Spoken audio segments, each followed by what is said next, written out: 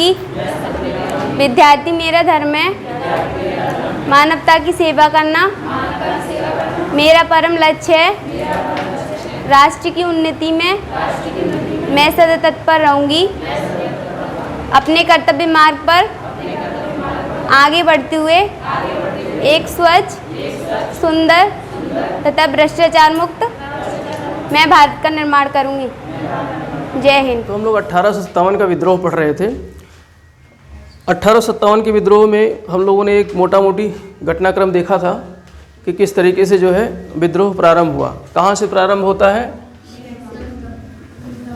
हाँ, हमने विद्रोह तो वैसे चिंगारी तो लगी थी दमदम में शुरू में, जनवरी 1857 में दमदम, और फिर बैरकपुर में मंगल पांडे ने 2 अधिकारियों की हत्या कर दी थी, और हाँ, ह्यूरसन और लेफ्टिनेंट बाग की हत्या कर दी, गोली मार दी थी।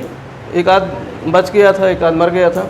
तो इस तरीके से जो है वहाँ से फिर उस जो 34वीं इन्फेंट्री थी, 34वीं नेटिव इन्फेंट्री थी, उसका जो वहाँ से प्रश्न आता ना कि जो मंगल पांडे था वो किस रेजिमेंट से संबंधित था? 34वीं नेटिव इन्फेंट्री से, 34वीं देसी इन्फेंट्री से संबंधित था, और उसे अंग्रेज़ों ने बाद में डिसॉल्व कर दिया, ख़त्म कर दिया था। ठीक है। तो यहाँ से तो बात आई गई, लेकिन बात पहुँचती मेरठ, और मेरठ में मैंने बताया था कि मेरठ में 9 मई की जो है एक घटनाक्रम है जिसमें वहाँ के जो बागी सैनिक थे जिन्होंने मना कर दिया था ना कि जो कारतूस है, राइफ़ल है, उसको हम यूज़ नहीं करेंगे क्योंकि उसमें जो कारतूस लगाया जा रहा है कैसा, गाय और सूअर की चर्बी युक्त जो है कारतूस का प्रयोग होता है, तो उसका हम उपयोग नहीं करेंगे। तो इसलिए मना करने की वजह से वहाँ के सैनिक सिपाहियों को क्या कर दिया गया? बर्खास्त कर दिया गया और कारावास में डाल दिया गया। लगभग 80-85 सैनिकों को कारावास में डाल दिया गया, जिसकी वजह से 10 मई को जो है विद्रोह खुले रूप से शुरू हो जाता है मेरठ से। तो प्रश्न आता है मेरठ मतलब 1857 का विद्रोह कहाँ से प्रारंभ हुआ? तो मेरठ से प्रारंभ हुआ था, बैरकपुर से नहीं, मेरठ से प्रारंभ हुआ था। खुले रूप से कहाँ से प्रारंभ हुआ था? मेरठ से, 10 मई 1857 को। लेकिन ये होना कब, इसकी घटना मतलब तिथि क्या निश्चित थी? 31 मई को निश्चित थी, 31 मई 1857 को इसकी डेट निश्चित थी। लेकिन उसके पहले ही घटनाक्रम कुछ ऐसे बनते हैं कि विद्रोह शुरू हो जाता है। तो पास में दिल्ली था, और दिल्ली में हमारा मुग़ल बादशाह बैठा हुआ था। तो दिल्ली में 10 मई को मार्च पास्ट करते हुए पहुंचते हैं 11 मई को, और दिल्ली पर जो है वहाँ के मुग़ल बादशाह को क्या बना देते हैं? नेतृत्वकर्ता बना देते हैं, नेता बना देते हैं कि 1857 के विद्रोह का नेता किसको बनाया गया? बहादुर शाह जफ़र को। तो प्रश्न कभी कभी आ जाता है कि 1857 के विद्रोह का नेतृत्वकर्ता यानी अखिल भारतीय स्तर पर नेता किसको बनाया गया? बहादुर शाह जफ़र को, क्योंकि वो मुग़ल बादशाह थे, लेकिन 80 साल की उम्र थी, बेचारे जो दांत वाँत ख़त्म हो गए थे, पता नहीं कैसे 80 साल की उम्र में, आज तो आदमी 80 साल की उम्र में चलने को तरसता है, और वो उनको नेता बना दिया। ऐसे जगदीशपुर से जो है बाबू कुंवर सिंह थे, वो भी 80 मतलब 75-80 की एज के थे, लेकिन सबसे अधिक जो है विजय अगर इस युद्ध में किसी ने दर्ज की है तो बाबू कुंवर सिंह ने दर्ज की थी। अभी देखेंगे आगे हम लोग। तो इस तरीके से बगल में ही, मेरठ के बगल में दिल्ली था, और दिल्ली पे जो है कब्जा कर लेते हैं। 12 मई तक कब्जा हो जाता है, और उसके बाद में जो है दिल्ली में वक्त खा चुकी वो जो है जफ़र साहब वो कमज़ोर थे, बुढ़े थे, तो उन्होंने अपने सेनापति बख्त खां जो को क्या बना दिया? उसका नेतृत्व करता, यानी सैन्य दल का, दिल्ली से जो सैन्य दल का नेतृत्व किसने किया था? विद्रोहियों का बख्त खां ने किया था। तो यहाँ से भी प्रश्न आता है, बख्त खां ने किया था। और इसके अलावा दिल्ली वाले जो विद्रोह को दबाया किसने था? तो हडसन ने दबाया था। किसने दबाया था? हडसन ने ही जो है इसी की जो पत्नी थी जफ़र खां की, जीनत महल, क्या नाम था? जीनत महल। तो जीनत महल के कहने पर इलाही बख्श ने जो है अंग्रेज़ों को सूचना कर दी कि हम लोग कहाँ छिपे हैं, क्योंकि वो चाहती थी कि अंग्रेज़ जो है शक्तिशाली थे, तो वो जानती थी कि अगर अंग्रेज़ को हम बता देंगे कि हम लोग जो है विद्रोह में, मतलब हमारे हस्बैंड जो जफ़र खां हैं उन्होंने विद्रोह में भाग लिया है और अंग्रेज़ों की तरफदारी हम कर देंगे, तो हो सकता है हमको अंग्रेज़ क्या कर दें? बख्श दें। तो जीनत महल ने इलाही बख्श को बोला, तुम जा करके अंग्रेज़ों को बता दो कि हम लोग कहाँ छिपे हुए हैं। तो वो कहाँ छिपे थे? हुमायूं के मकबरे में, जो दिल्ली में है। तो हुमायूं के मकबरे में छुपे हुए थे। तो वहाँ हडसन पहुँचता है और हडसन ने हुमायूं उसके जफ़र खां के पुत्रों को, जफ़र खां क्या मतलब बहादुर शाह जफ़र के पुत्रों को गोली मार दिया और बहादुर शाह जफ़र और उसकी पत्नी जीनत खां को दोनों को कहाँ भेज दिया, रंगून भेज दिया। और रंगून में 1862 ईस्वी में उनकी क्या हो जाती है, मृत्यु हो जाती है। और जो निकोलसन था ये भी विद्रोह को दबा रहा था, वहाँ का जो एक सैन्य नेतृत्व करता था अंग्रेजों का निकोलसन, तो इस युद्ध में मारा जाता है। 1857 के विद्रोह में निकोलसन कहाँ पर मारा जाता है, तो दिल्ली में। विद्रोह को दबाते हुए कहाँ पर मारा जाता है, दिल्ली में। तो निकोलसन की, यहाँ से भी प्रश्न आता है कि निकोलसन की मृत्यु कहाँ हुई थी, 1857 के विद्रोह को दबाने में कहाँ हुई थी, दिल्ली में हुई थी। तो इस तरीके से अंततः गत्वा 1858 तक जो है विद्रोह को दिल्ली में दमन कर दिया जाता है। लेकिन वो धीरे धीरे करके ये चिंगारी फैलती है, तो यहाँ से पहुँचती है लखनऊ, यहाँ से चिंगारी कहाँ पहुँचती है, लखनऊ। और लखनऊ पहुँचती है तो लखनऊ में जो वाजिद अली खां की पत्नी थी बेगम हज़रत महल, तो बेगम हज़रत महल ने लखनऊ से जो है नेतृत्व को संभाला। वो हाथी से जो है चढ़ करके और विद्रोहियों के बीच जाती थी, उनका जो है मनोबल बढ़ाती थी। विद्रोहियों का मनोबल बढ़ाने के लिए जो हज़रत महल थी वो जाती थी किनके बीच में, विद्रोहियों की सैनिक। और सबसे ज़्यादा ये प्रश्न भी आता है कि सबसे ज़्यादा जो विद्रोह हुआ था उसमें कहाँ के सैनिक भाग लिए थे, तो अवध के। अवध एक बड़ा राज्य था, तो अवध बड़ा राज्य था, तो अवध के सैनिक ज़्यादा भाग लिए थे, अवध के सैनिक विद्रोह में ज़्यादा भाग लिए थे। तो प्रश्न यहाँ से भी आता है कि किस राज्य के भारतीय सैनिकों ने अंग्रेज़ों के खिलाफ विद्रोह में सबसे ज़्यादा बढ़ चढ़ करके हिस्सा लिया था, ज़्यादा सैनिक भाग लिए थे, तो कहाँ से, अवध से। ठीक है, तो अवध से सैनिक ज़्यादा यहाँ भाग लेते हैं। और अवध में जो है हैवलॉक, नील और हेनरी लॉरेंस, इन लोगों की क्या हो जाती है, मृत्यु हो जाती है। लखनऊ के दमन को, लखनऊ के विद्रोह को दमन करने के लिए ये लोग जो है इसमें बारी बारी से मारे जाते हैं। कौन, हैवलॉक, नील और हेनरी लॉरेंस। ठीक है, तो यहाँ से भी प्रश्न आता है कि हैवलॉक की मृत्यु, हालांकि इन्होंने आगे भी दमन किया है, लेकिन चूँकि एक दिन में तो विद्रोह को दबाया नहीं गया था, यहाँ विद्रोह हो रहा है, फिर वहाँ दबा रहे हैं, फिर दूसरी जगह हो उठता है, तो पूरी जो है सैन्य बटालियन दूसरी जगह चली जाती है। तो इस तरीके से अंततोगत्वा लास्ट में लखनऊ के जो है विद्रोह को, अवध के विद्रोह को दबाने में हैवलॉक, नील और हेनरी लॉरेंस की क्या हो जाती है, मृत्यु हो जाती है। तो यहाँ से भी प्रश्न आता है, निकोलसन की मृत्यु कहाँ होती है, दिल्ली में, और हैवलॉक, नील और हेनरी लॉरेंस की मृत्यु कहाँ होती है, लखनऊ में होती है, अवध क्षेत्र में। लखनऊ वो अवध ही कहलाता था, राज्य अवध था, उसकी राजधानी लखनऊ थी। तो इस तरीके से बेगम हज़रत महल वहाँ पर, और जब उनको लगता है हज़रत महल को कि हमारे विद्रोही जो है हार रहे हैं, हमारी सेना हार रही है, तो बेगम हज़रत महल भाग करके नेपाल चली जाती हैं। तो विद्रोह के दौरान हज़रत महल कहाँ चली जाती हैं, नेपाल, भाग करके नेपाल चली जाती हैं। ठीक है, तो यहाँ से प्रश्न बनते हैं कभी कभी। और लास्ट में कैंपबेल ने लखनऊ के विद्रोह को दबाया था। किसने दबाया था, कैंपबेल। तो कैंपबेल हम देखेंगे कई जगह के विद्रोहों को दबाता है। तो कैंपबेल जो है एक तरीके से 1857 का विद्रोह का एक जो है मुख्य सेनापति था। तो प्रश्न कभी कभी आ जाता है कि 1857 के विद्रोह में अंग्रेज़ों की तरफ से मुख्य सेनापति कौन था, कैंपबेल था। और देखो जब दिल्ली में विद्रोह हो रहा था तो इस दौरान जो यहाँ का गवर्नर जनरल था कौन था, लॉर्ड कैनिंग। कौन था, लॉर्ड कैनिंग। तो लॉर्ड कैनिंग ने अपनी आपातकालीन मुख्यालय जो है इलाहाबाद को ट्रांसफ़र कर ली। यहाँ से कहाँ चला गया, इलाहाबाद। तो इलाहाबाद को आपातकालीन मुख्यालय बनाया था। तो प्रश्न यहाँ से भी आता है कि 1857 के विद्रोह के दौरान अंग्रेज़ों ने यानी गवर्नर जनरल लॉर्ड कैनिंग ने अपना आपातकालीन मुख्यालय कहाँ बनाया था, इलाहाबाद में बनाया था। क्योंकि दिल्ली में तो विद्रोह हो रहा था, दिल्ली में कब्जा हो गया था विद्रोहियों का। ठीक है, 12 मई तक पूरे दिल्ली पे विद्रोहियों का कब्जा हो गया था। तो वहाँ से कैनिंग अपना बोरिया बिस्तर बांध कर कहाँ चला जाता है, इलाहाबाद। और इलाहाबाद को अपना आपातकालीन क्या बनाता है, मुख्यालय। तो इलाहाबाद एक सेंटर बना जो है विद्रोह के दौरान अंग्रेज़ों का। ठीक, तो ये भी ध्यान रखना। इसके बाद में लखनऊ से जो है विद्रोह की चिंगारी कहाँ पहुँचती है, कानपुर। यहीं बगल में जो है लखनऊ से पहले क्या है, कानपुर पड़ता है। जब इधर से जाओगे आगरा से तो यहाँ कानपुर पड़ेगा। तो कानपुर विद्रोह की लहर पहुँचती है। और कानपुर में पहले से ही बैठे थे विद्रोह करने के लिए कौन, नाना साहेब। कौन बैठा था, धोंदू पंत। नाना साहेब का जो वास्तविक नाम था, क्या नाम था, धोंदू पंत। तो प्रश्न यहाँ से भी आता है कि नाना साहब का वास्तविक नाम क्या था, धोंदू पंत। धोंदू पंत किसको कहा गया है, नाना साहब को। और नाना साहब ये कौन थे, बाजीराव द्वितीय के पुत्र थे। बाजीराव द्वितीय के दत्तक पुत्र थे, गोद लिए हुए पुत्र थे। और जो बाजीराव द्वितीय जो है वो मराठा साम्राज्य के क्या थे, अंतिम पेशवा थे। अंतिम पेशवा थे और उनको 1818 में निर्वासित करके अंग्रेज़ों ने कहाँ भेज दिया था? कानपुर। कानपुर के पास एक गांव था बिठूर, बिठूर में बिठा दिया था। ठीक है, तो बिठूर में ही 1858 के बाद से उनका दत्तक पुत्र जो है वहीं पर बैठ करके अपना गणित लगाया करता था और उसको लग रहा था कि हमें भी पेंशन मिले, या तो हमें क्या मिले, पेशवाई मिले, लेकिन पेशवाई ना मिलती थी ना पेंशन मिली, उसका पेंशन ही बंद कर दिया था। तो इसीलिए वो जला भुना बैठा था। कौन? नाना साहब दोंदू पंत। जैसे ही लगा कि 1857 का विद्रोह हुआ है, तुरंत तलवार निकाल करके आ गया। वैसे नहीं आता विद्रोह करने, विद्रोह करने उसने इसलिए शुरू किया क्योंकि पहले से जले भुने थे। और हजरत महल लखनऊ में इसलिए जली भुनी थी क्योंकि उनके पति को उठा करके कहाँ भेज दिया था?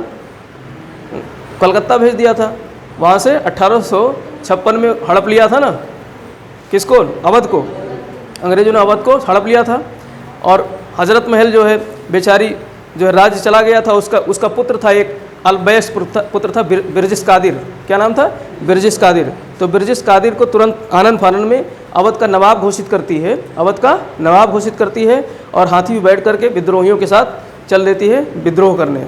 तो बिरजिस कादिर उसके जो है अलबैस पुत्र था, छोटा था पुत्र था, पीछे बांधी जो है अपने जो है उसमें और चल दी जो है हाथी बैठ करके कि हमारा बेटा है और उसका नेतृत्व कर रहा है विद्रोहियों का। तो इस तरीके से ये याद रखना लखनऊ से थी। तो कानपुर में जो है दोंदू पंत के साथ जो है एक व्यक्ति आते हैं जिनका नाम था तात्या टोपे। क्या नाम था? तात्या टोपे। तो कानपुर से विद्रोह में दो लोगों का नाम सामने आता है, एक नाना साहब का और दूसरा तात्या टोपे का। तात्या टोपे का जो वास्तविक नाम था रामचंद्र पांडुरंग था। क्या नाम था? रामचंद्र पांडुरंग। ठीक है, तो रामचंद्र, ये दोनों का नाम याद रखना। रामचंद्र पांडुरंग किसका नाम था? तात्या टोपे का।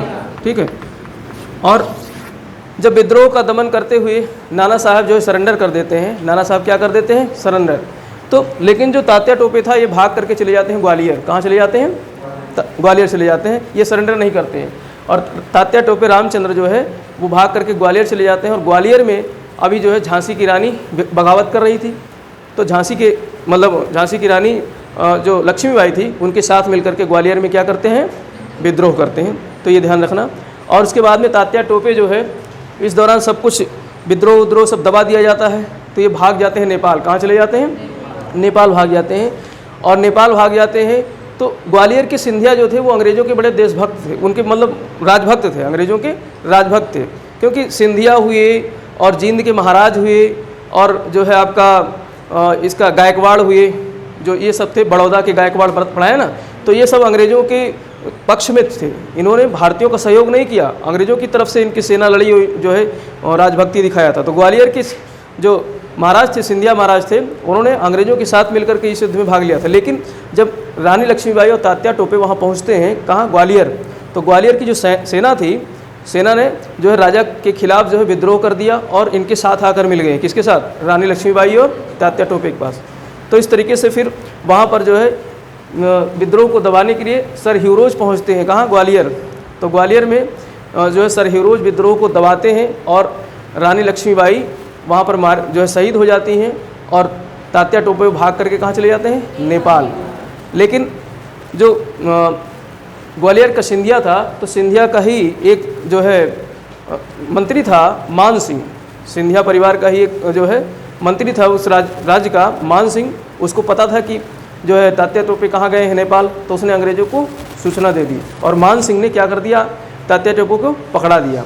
तो तात्या टोपे को पकड़वा दिया गया और तात्या टोपे को 18 अप्रैल 1859 को ग्वालियर में फांसी दे दी गई। कहाँ दे दी गई? ग्वालियर में। तो यहाँ से भी प्रश्न आता है कि तात्या टोपे को कब फांसी दी गई थी? अप्रैल 1859 में। 18 अप्रैल 1859 को तात्या टोपे को फांसी दी गई। कहाँ? ग्वालियर में। तो ग्वालियर में इनको फांसी दी गई। और ये जो है विद्रोह की घटना का सबसे आखिरी जो है सीन था। सबसे प्रमुख घटना कौन सी थी? तात्या टोपे को फांसी देना। 1859 में, अप्रैल 1859 में तात्या टोपे को फांसी देना 1857 के विद्रोह की सबसे आखिरी घटना थी। तो ये ध्यान रखना। तो यहाँ झांसी की हम बात करें अगर, तो झांसी में रानी लक्ष्मीबाई कमान संभालने में बैठी थी, क्योंकि रानी लक्ष्मीबाई जो थी, यहाँ से कुछ प्रश्न आते हैं उस पर ध्यान देना। रानी लक्ष्मीबाई, इनका जन्म कहाँ हुआ था? बनारस में हुआ था। तो ये याद रखना, इनका जन्म कहाँ हुआ था? बनारस में। ठीक है, इनका जन्म बनारस में हुआ था। इनको बचपन का नाम छबीली बाई था। ठीक है, और मनु भी नाम था, मणिकर्णिका भी नाम था। ठीक है, मणिकर्णिका के नाम से पिक्चर भी आई थी शायद ना, मणिकर्णिका। तो मणिकर्णिका भी इनका नाम था, मनु भी नाम था, छबीली भी नाम था, कुछ भी आ सकता है प्रश्न पूछने के लिए। जन्म तो इनका कहाँ हुआ था? बनारस। बहुत लोग को पता नहीं होगा तो झांसी लगा देंगे, ठीक है, झांसी टिक लगा देंगे ना। एक बार प्रश्न भी आया था शायद पीसीएस की परीक्षा में। तो इनका जन्म जो है कहाँ हुआ था? बनारस में हुआ था। और इनकी शादी होती है जो है झांसी के महाराज गंगाधर राव के साथ में, और शादी के 2 ही साल बाद गंगाधर राव क्या हो जाते हैं? मर जाते हैं। तो ये विधवा हो जाती है।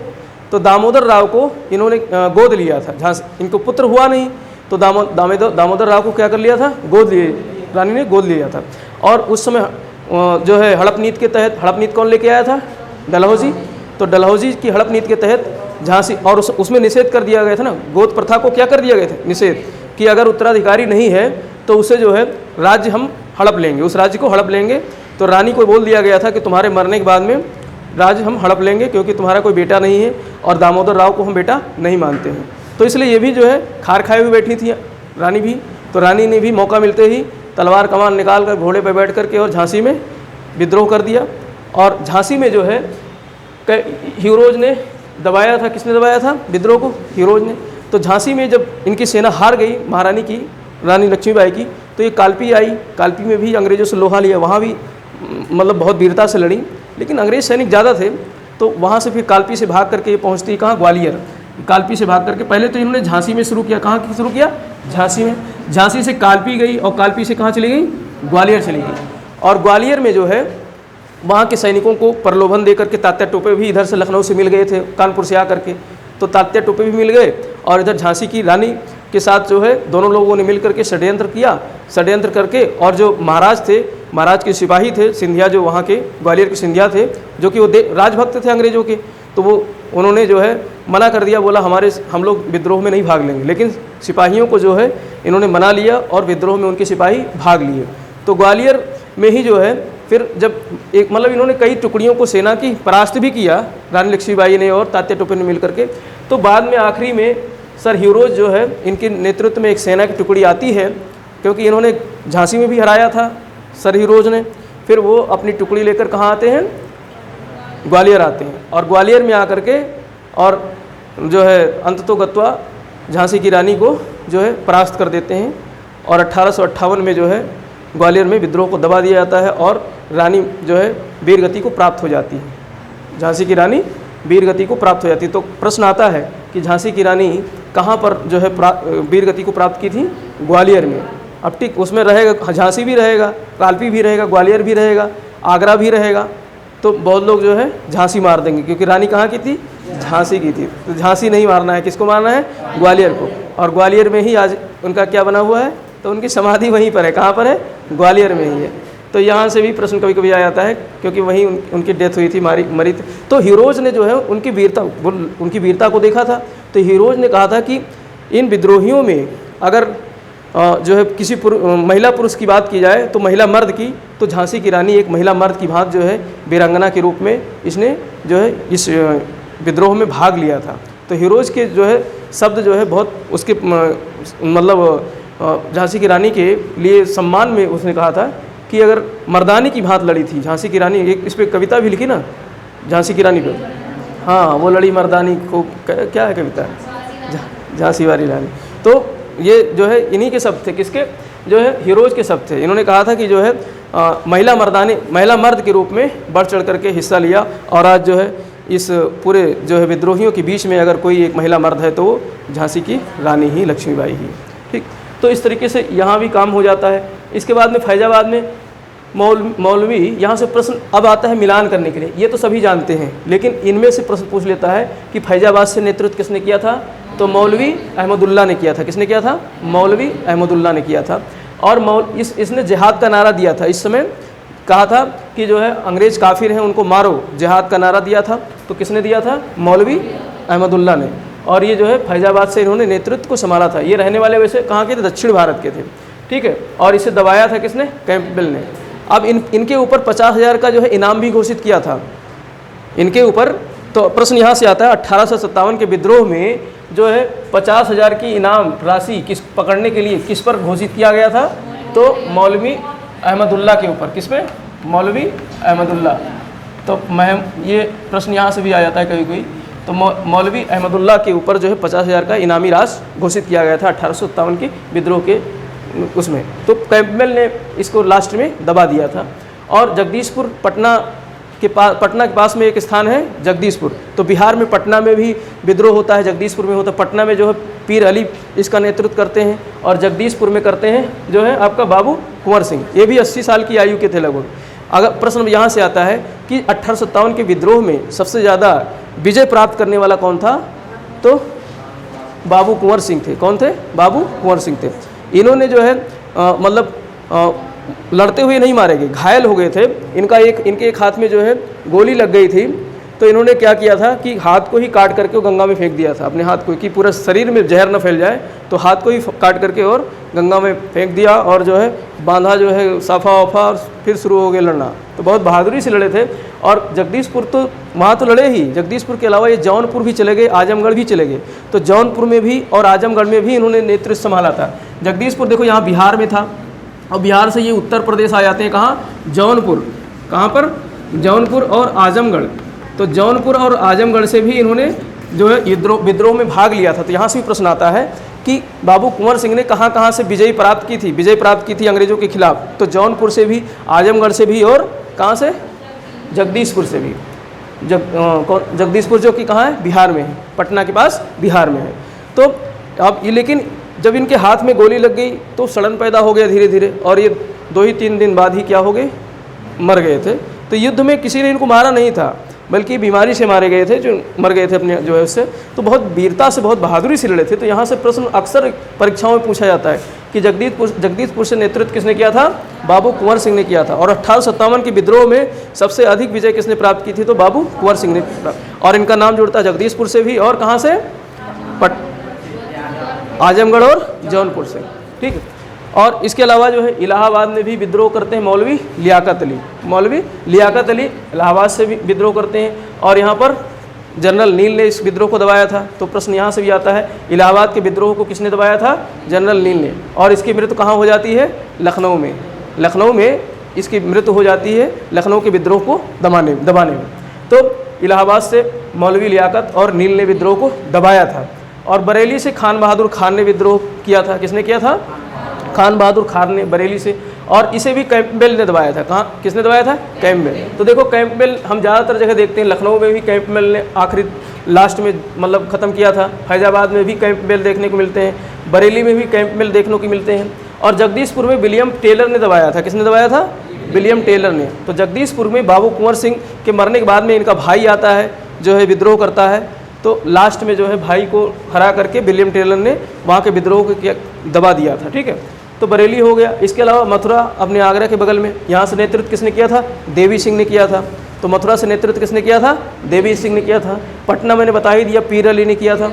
और गोरखपुर से गजाधर सिंह ने किया था। गोरखपुर से किसने किया था? गजाधर सिंह ने किया था। तो प्रश्न इनमें से थोड़ा बहुत पूछ लेता है कि कौन सा विद्रोही किस क्षेत्र से नेतृत्व करता था, कहाँ से संबंधित था। ठीक है। तो ये इनमें से प्रश्न इस तरीके से आते हैं। ये विद्रोह का क्या था? पूरे भारत में एक तरीके से प्रसार जो है फैला हुआ था। लेकिन दक्षिण भारत की तरफ विद्रोह कम देखने को मिलता है। ज़्यादातर विद्रोह कहाँ देखने को मिलता है? उत्तरी भारत की तरफ। तो 1857 के विद्रोह की जो असफलता के कारण थे वो भी कुछ इसी तरीके से देखने को मिलते हैं। तो हम लोग देखेंगे कि 1857 का विद्रोह जो है असफल क्यों रहा, ये क्या मतलब इस सफल क्यों नहीं हुआ। तो इसके असफलता के पीछे के कुछ कारण हैं, उसको देखते हैं हम लोग। विद्रोह जो है असफल रहा, तो असफलता के पीछे कारण क्या थे? एक तो सबसे पहला तो यही था कि ये विद्रोह जो है एक तरीके से नियंत्रण करने वाला, कोई एक नेतृत्व प्रदान करने वाला, कोई एक अखिल भारतीय स्तर का नेता नहीं था कोई। इसके बाद हम लोग देखते हैं 1885 में कांग्रेस की स्थापना होती है, जो अखिल भारतीय स्तर पर कांग्रेस ने क्या किया था?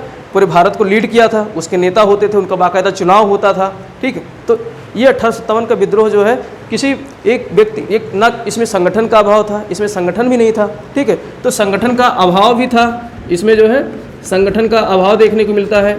ठीक, संगठन का अभाव था। और इसके अलावा जो है अखिल भारतीय स्तर का कोई इसका नेता नहीं था। अखिल भारतीय स्तर का कोई नेता नहीं था, तो नेतृत्वकर्ता भी नहीं थे इसमें। ठीक है। और जो भी आए थे विद्रोह के लिए, सब अपने अपने मकसद से आए थे। चाहे आप रानी लक्ष्मीबाई को ले लो, चाहे आप जो है बाबू कुंवर सिंह को ले लो। बाबू कुंवर सिंह भी जो है उनकी जमींदारी चली गई थी, इसलिए आए थे जो है विद्रोह करने, ठीक है। और दोनों पंथ की भी जो है पेंशन चली गई थी, हजरत महल उनका राज्य चला गया था, रानी लक्ष्मीबाई का भी राज्य हड़प लिया गया था। तो सब अपने अपने मकसद से आए थे विद्रोह करने। इसलिए जो है विद्रोह जब मकसद से आए तो जो शिक्षित वर्ग था, यहाँ का जो पढ़ा लिखा था, वो कहा मरने दो सालों को, सब अपने अपने मकसद से आए हैं और हम नहीं भाग लेंगे। तो यहाँ के शिक्षित वर्ग ने इसमें भाग नहीं लिया था। तो शिक्षित वर्ग पूरी तरीके से न्यूट्रल रहा। देखो अंग्रेज़ों की तरफ से भी नहीं थे शिक्षित वर्ग, लेकिन जो है इनका साथ भी नहीं दिया था। तो ये न्यूट्रल थे। ये कैसे थे? न्यूट्रल है। पढ़ा लिखा वर्ग जो एक मध्यम वर्ग जिसको कहते हो ना, पढ़ा लिखा वर्ग मध्यम वर्ग टाइप का जो होता है, वो क्या था, वो समझता था, इन चालाकियों को समझता था कि ये ससुरे जो है अपने अपने मकसद से लड़ने के लिए आए हैं, हम कहें को अपना सर खपाएं जा करके। तो शिक्षित वर्ग ने भाग नहीं लिया। और ग्वालियर के सिंधिया जैसे लोग जो थे, जींद के महाराज, ग्वालियर के सिंधिया, ठीक है, और जो है गायकवाड़, बड़ौदा के गायकवाड़, ये सब जो है अंग्रेज़ों की तरफ से लड़ रहे थे। ये सब किसकी तरफ से लड़ रहे थे? अंग्रेज़ों की तरफ से।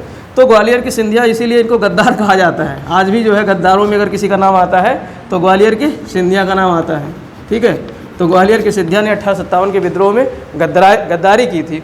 तो इन सब का नाम आता है गद्दारों में। तो इन्होंने जो है अंग्रेज़ों की तरफ से ही सहयोग किया था।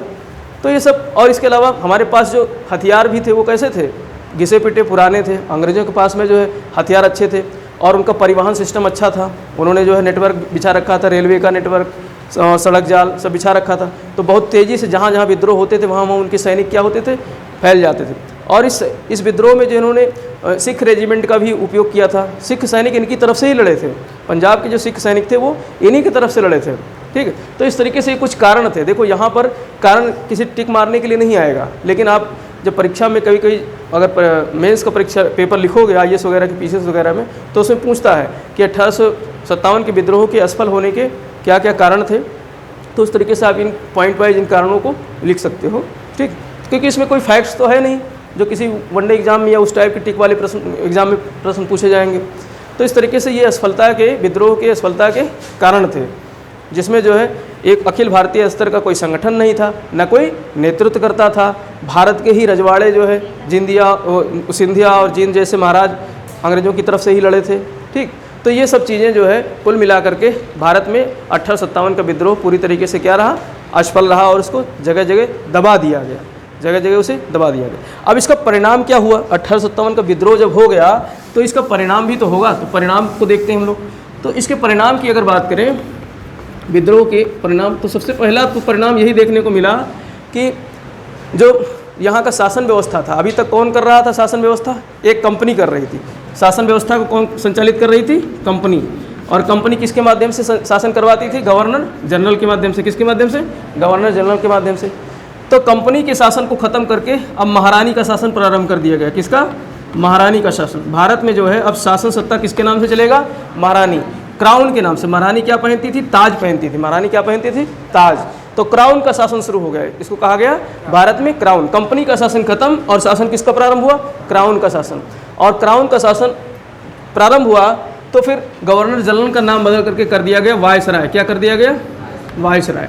तो अब गवर्नर जनरल क्या कहलाता था? वायसराय। गवर्नर जनरल 1857 के विद्रोह के बाद क्या कहलाता था? वायसराय। और इस समय गवर्नर जनरल कौन था? Lord Canning. तो कैनिंग को ही भारत का पहला क्या बनाया गया? वायसराय बनाया गया। कैनिंग ने ही महारानी का घोषणा पत्र पढ़ा 1 नवंबर 1858 को। 1 नवंबर, यहाँ से भी प्रश्न आता है, 1 नवंबर 1858 को महारानी का घोषणा पत्र, जो महारानी एलिजाबेथ थी, उन्होंने एक जो है बाकायदा घोषणा पत्र भेजा भारत में कि 1857 का विद्रोह हुआ है। तो उसमें कुछ बातें लिखी थी। तो उस घोषणा पत्र को किसने पढ़ा था? लॉर्ड कैनिंग ने। किसने पढ़ा था?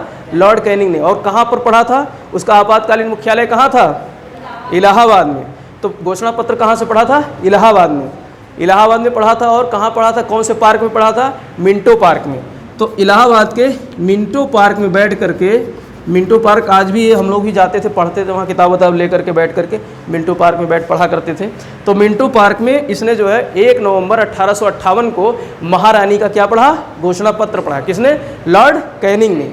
जो अब उसने खुद कहा कि महारानी ने कहा है इस घोषणा पत्र के माध्यम से कि अब भारत में शासन किसका होगा? क्राउन का शासन होगा। कंपनी का शासन खत्म और शासन किसका होगा? क्राउन का होगा। और गवर्नर जनरल को खत्म कर दिया जाता है और उसकी जगह एक नया पद बहाल किया जाता है, वायसराय। अर्थात मेरा जो पद है गवर्नर जनरल वो ख़त्म, और अब मुझे ही महारानी ने क्या बना दिया है, भारत का वायसराय बना दिया है। ठीक, तो ये सारी बातें घोषणा पत्र में लिखी थी। और इसके अलावा ये अब जब विद्रोह होगा तो अंग्रेजों को लगा कि यार एक कमेटी गठित करनी चाहिए, पता करना चाहिए विद्रोह क्यों हुआ, भारत में विद्रोह क्यों हुआ। तो 1857 के विद्रोह के दौरान जो है, इसके बाद जो है पील आयोग का गठन किया जाता है। कौन आयोग, तो यहाँ से भी प्रश्न आता है। पील आयोग किससे संबंधित है, 1857 के विद्रोह से संबंधित। किससे संबंधित है, 1857 के विद्रोह से संबंधित। और पील आयोग में जब उसने अपनी रिपोर्ट प्रस्तुत की तो ये बताया कि 1857 में विद्रोह का सबसे बड़ा कारण जो था वो देसी सैनिकों की भरमार थी। अवध के सैनिक बहुत ज़्यादा मात्रा में थे, और देसी सैनिक जो है उनको धीरे धीरे लगने लगा कि जो है हमारे ही देश के, हम अपने ही भाई के खिलाफ जो है अंग्रेज़ों के साथ जो है रहते हैं सेना में, अपने पिता के खिलाफ, अपने बहन के खिलाफ, अपने रिश्तेदारों के खिलाफ, तो कहीं ना कहीं अंतरात्मा तो झकझोरेगी। तो इसलिए सिपाहियों ने बढ़ चढ़ करके इसमें हिस्सा लिया था। तो 1857 के विद्रोह में फिर पील आयोग ने कहा कि अवध के जो सैनिक हैं उनकी संख्या क्या कर दी जाए, कम कर दी जाए, और अब जो है गोरखा रेजिमेंट की भर्ती की जाए और सिख रेजिमेंट की भर्ती की जाए। तो इन्होंने जो अवध के सैनिक थे, जो देसी सैनिक थे, उन पर भरोसा कम किया, उनकी संख्या क्या कर दी, घटा दी, और किसकी संख्या बढ़ाई, गोरखा रेजिमेंट और सिख रेजिमेंट की। ठीक है, तो सिख रेजिमेंट और गोरखा रेजिमेंट की सेना को बढ़ाया गया। तो और इसके अलावा भारत में अभी तक इन्होंने, मैंने कारण में बताया था ना कि ये लोग क्या कर रहे थे, भारतीय धर्म में क्या कर रहे थे, हस्तक्षेप कर रहे थे। सामाजिक जो है समाज में हस्तक्षेप करते थे कि समाज में कुरीतियाँ हैं, जैसे बाल विवाह, विधवा पुनर्विवाह, तो इन सब को ख़त्म कर रहे थे ना। तो इन्होंने कुछ नहीं, मरो सालो, कुछ नहीं करेंगे। तो इन्होंने यहाँ ये सब धार्मिक और सामाजिक हस्तक्षेप क्या कर दिया, बंद कर दिया। और ये भी जो है पील आयोग ने कहा कि हड़प नीति बहुत बड़ा कारण था। हड़पा कौन आकर के जो है, डलहौजी और खामियाजा कैनिंग को बेचारे को भुगतना पड़ा। विद्रोह में कैनिंग जो है बोरिया बिस्तर लेकर इधर उधर भागता रहा बेचारा, और हड़प करके कौन गया था, डलहौजी। तो कहा डलहौजी की हड़प नीति को क्या करते हैं, ख़त्म करते हैं, डलहौजी को हड़प नीति को ख़त्म करते हैं। तो इस तरीके से ये सब कुछ इसके परिणाम थे, ये सब क्या थे, इसके परिणाम थे। तो इसमें जो है सबसे महत्वपूर्ण घटना है, आपको याद रखना है, पील आयोग को याद रखना है। क्या याद रखना है, पील आयोग को याद रखना है। और जो है गवर्नर जनरल की जगह कौन हो गया, वायसराय हो गया। और कंपनी का शासन कब खत्म हुआ, 1857 के विद्रोह के बाद कंपनी का शासन खत्म, और किसका शासन शुरू, क्राउन का। किसका, क्राउन का शासन शुरू। और इसके अलावा अंग्रेज बड़े चालाक थे। वहाँ पे जैसे हमारे यहाँ मंत्री होते हैं ना, कैबिनेट मंत्री, मंत्री के 3 स्तर होते हैं। तो एक होता है कमीना मंत्री, कमीना नहीं कबीना, एक होता है कबीना मंत्री का एक समूह होता है जिसको कैबिनेट मंत्री बोलते हैं। क्या बोलते हैं, कैबिनेट मंत्री। तो जो अंग्रेज़ों के यहाँ जो मंत्रालय था उसमें जो कैबिनेट स्तर का जो मंत्री होता था उसे बना दिया गया भारत सचिव। उसको यहीं भेज दिया गया। कहाँ भेज दिया गया, भारत में सचिव बना करके, कि वो जा करके और गवर्नर जनरल पर, वायसराय के ऊपर निगरानी रखेगा और पूरे देश की हालात को देखेगा। तो वायसराय से भी बड़ा कौन आदमी हो गया, जो है अब भारत सचिव हो गया। कौन हो गया, भारत सचिव। तो भारत सचिव पद को सृजित किया गया 1857 के विद्रोह के बाद। तो यहाँ से भी प्रश्न आता है कि भारत में जो है भारत सचिव कब से जो है वहाँ पर भारत सचिव को बिठाया गया, तो 1857 के विद्रोह के बाद से। और इसका काम क्या, पावर तो ज़्यादातर किसके पास था, वायसराय के पास था। वायसराय एज ए राष्ट्रपति हुआ करता था, जैसे राष्ट्रपति आज के होते हैं ना, ऐसे वायसराय होता था। तो पावर ज़्यादा वायसराय के पास था पूरे भारत पर शासन चलाने के लिए। लेकिन अगर कोई कानून पारित करना है या कुछ जो है सलाह लेना है, तो एक जो परिषद बनाई गई थी जिसका मुखिया क्या था, भारत का जो है सचिव, भारत सचिव। तो प्रधानमंत्री नहीं, वो कैबिनेट स्तर का मंत्री था, सचिव था। मतलब एक तरीके से जो है ये लोग तो वायसराय जो थे प्रशासन का पूरा वो देखते थे, वो प्रधानमंत्री तरीके से नहीं कहोगे, लेकिन ये है कि पूरा देख रेख उसी के अंदर में था। पूरे भारत की जो व्यवस्था थी वो वही देखता था, वही अंत में जो है क्या करता था, हस्ताक्षर करता था। अगर वायसराय ने कोई कानून पारित किया और उसे अगर सचिव चाहे तो उसे जो है व्यक्ति भी कर सकता है। तो ये उसके कुछ पावर थे, लेकिन ज़्यादातर काम सचिव नहीं करता था। कौन करता था, वायसराय ही करता था। तो फील्ड स्तर का राजा मतलब वायसराय ही था। तो इस तरीके से 1857 के विद्रोह में ये कुछ जो है क्या थे, उसके परिणाम थे। और इसके अलावा 1857 के विद्रोह पर जो है कुछ लोगों ने किताबें भी लिखी है। और इसके अलावा 1857 के विद्रोह पर कुछ लोगों ने इसके बारे में कहा भी है। जैसे बी.डी. सावरकर ने कहा था कि 1857 का विद्रोह जो था वो प्रथम स्वतंत्रता संग्राम था। तो प्रश्न यहाँ से भी आता है कि प्रथम स्वतंत्रता संग्राम किसने कहा था, बी.डी. सावरकर ने। जो सावरकर का आपने नाम सुना होगा, बी.डी. सावरकर, विनायक दामोदर सावरकर। पूरा नाम क्या था, विनायक दामोदर सावरकर। तो सावरकर ने कहा था कि 1857 का विद्रोह प्रथम जो है स्वाधीनता आंदोलन था। प्रथम क्या था? स्वाधीनता आंदोलन। तो यहाँ से प्रश्न आता है कि प्रथम स्वाधीनता आंदोलन 1857 के विद्रोह को किसने कहा था? तो वीडी सावरकर ने कहा था। किसने कहा था? वीडी सावरकर ने कहा। अंग्रेज विद्वान थे टेलर और आउटरम। तो टेलर और आउटरम ने कहा था, टेलर एंड आउटरम, इन्होंने कहा था कि जो विद्रोह है ये मुसलमानों और हिंदुओं के जो है एक संगठन का अंग्रेज़ों के खिलाफ क्या है? बगावत है।